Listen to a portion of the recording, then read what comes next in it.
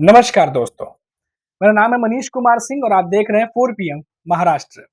दोस्तों, बदलापुर की जो घटना हुई है, उससे आप पढ़ ही रहे होंगे और देखा होगा कि इस समय महाराष्ट्र की सियासत में कितना उबाल है इस घटना को लेकर के। और अब जो शरद पवार हैं, जो एनसीपी के प्रमुख शरद पवार हैं, उन्होंने महायुति को घेरा है। उन्होंने कहा कि जो घटनाएँ महाराष्ट्र में घटी हैं, वो महाराष्ट्र की छवि को खराब कर रही हैं। साथ ही साथ उन्होंने कहा कि सरकार महाराष्ट्र की ये भूल गई है कि महिलाओं और बच्चियों की सुरक्षा जो है उसकी जिम्मेदारी है।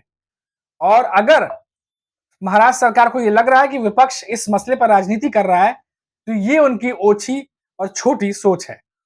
अब इस तरह ये तमाम बातें जो हैं शरद पवार ने कही हैं और महायुति सरकार को घेरने की कोशिश की है। और आपने देखा ही कि आज किस तरीके से महाराष्ट्र में जो प्रोटेस्ट हुआ है, अलग-अलग जगहों पे, अलग-अलग हिस्सों पे, पुणे से लेके मुंबई से लेके थाने तक हर जगह एनडीए गठबंधन के बड़े नेताओं ने, शरद पवार हों, उद्धव ठाकरे हों, नाना पटोले हों, सुप्रिया सुले हों, सभी सड़क पे उतरे और इस प्रोटेस्ट को किया है, इस आंदोलन को किया है और शांति से मौन रह करके जो है ये तमाम जो है प्रोटेस्ट को किया गया है। आपको पता ही होगा, शॉर्ट में मैं फिर से एक बार बता देता हूँ कि महाराष्ट्र बंद का आयोजन जो है वो किया गया था, महाराष्ट्र बंद का आह्वान किया गया था। जिसके बाद बॉम्बे हाई कोर्ट की तरफ से कहा गया कि बंद का आह्वान जो विपक्ष के नेता नहीं कर सकते और राज्य सरकार को कहा कि अगर बंद का आह्वान किया जाता है तो सख्ती से निपटे।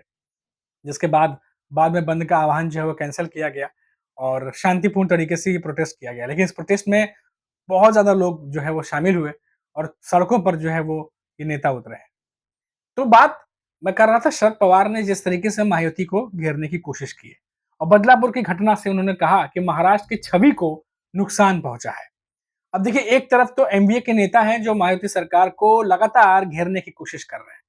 दूसरी तरफ जो महायुति के नेता हैं, चाहे वो देवेंद्र फडणवीस हो, एकनाथ शिंदे हो, खबर अभी जो मैं देख पा रहा था कि यावतमल में जो है एक संबोधन हुआ है जहां पे एकनाथ शिंदे ने ये बात कही है, महाराष्ट्र के सीएम एकनाथ शिंदे ने, कि जो महायुति सरकार है वो लाडली बहन योजना को लेकर के जो है वो लेकर के आई है और 1500 रुपए तक नहीं रुकेगी और महायुति को और मजबूत करने का काम करें महाराष्ट्र की महिलाएं तो ये रकम जो है वो 4000 तक भी पहुंच जाएगी।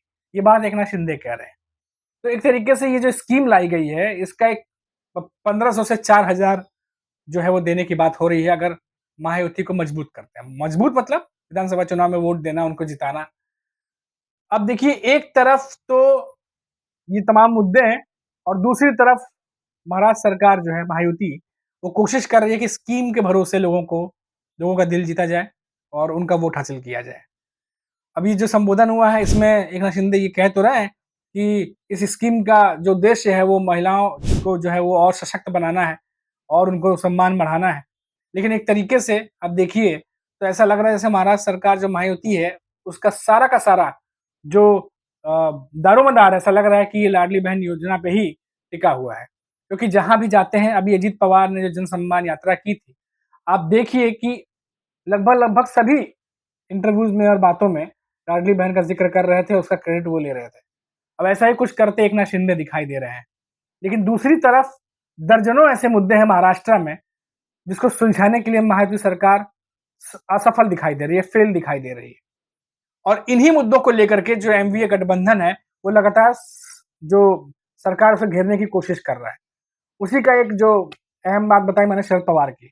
अब लाडली बहन योजना को लेकर के जो कुछ भी अब एकनाथ शिंदे कह रहे हो, जो महायुति के नेता कह रहे हो, वहीं एमवीए के गठबंधन के नेता ये कह रहे हैं कि जितना पैसा आप लाडली बहन योजना के लिए बहा रहे हैं, जितना ये प्रचार प्रचार कर रहे हैं अपना कि महिलाओं के लिए हम सशक्त बनाने के लिए सब कर रहे हैं, लेकिन सुरक्षा को लेकर कुछ नहीं किया जा रहा है।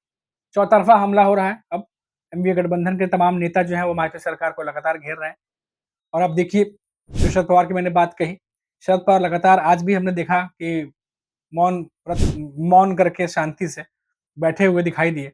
वहीं उद्धव ठाकरे भी जो है मुँह पर पट्टी बाँध करके, शरद पवार भी जो है ब्लैक कलर की, काले कलर की जो है चेहरे पे पट्टी बाँध करके उन्होंने विरोध प्रदर्शन जो है वो जताया है।